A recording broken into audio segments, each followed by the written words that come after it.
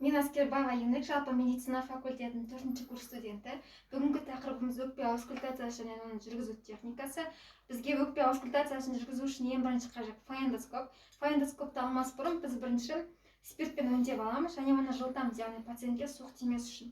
Ең біріншісінде және де пациенттің келісімін сұраймыз. Келісім берген жағдайларда осы пациентті белгілі бір нүктелер бойынша тыңдап бастаймыз, яғни пациенттің терең дем алып, дем шығаруын сұраймыз. Ең бірінші жылытып аламыз. Одан кейінгі пациенттің оң жағында тұрамыз және де оны сол қолмен демеп тұрамыз. Ең бірінші нүктеміз бұл бұғана үсті.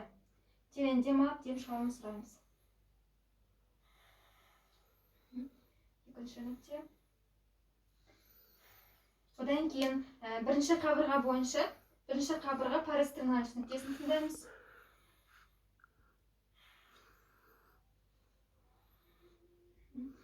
Бұғаннан орта сызығы бойынша екінші қабырғаны тыңдаймыз. Бірінші, екінші қабырға аралық. Екінші қабырға аралықты тыңдаймыз. Одан кейінгі бұғана орта сызығы бойынша үшінші қабырғаны тыңдаймыз. Үшінші қабырға аралықты.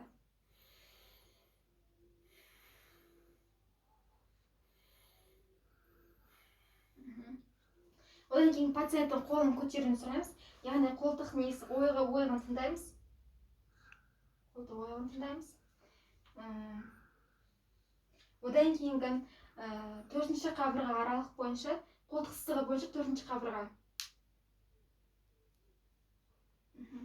Қолын көтереміз. 4-ші қабырға бойынша, қолтық сызығы бойынша 4-ші қабырғаны тыңдаймыз.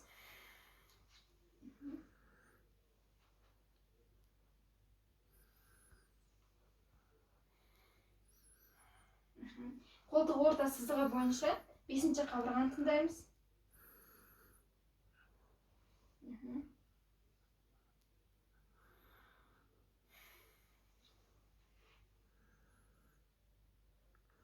Екінші қабырға, 3-ші, 4-ші, 5-ші.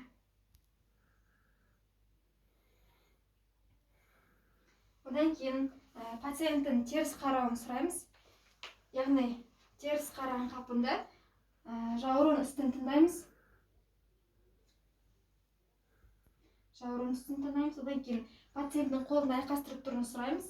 Қолын айқастырған кезде жауырынның сызықтары анық көрінеді. Жауырын орта сызықтарын, ортасын.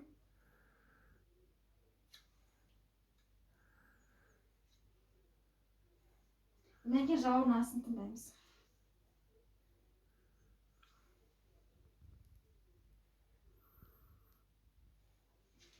Соңында қорытынды жасаймыз. Қорытынды кезінде өкпеде везикулярлы тыныс, яғни ешқандай патологиялық тыныстар естілген жоқ.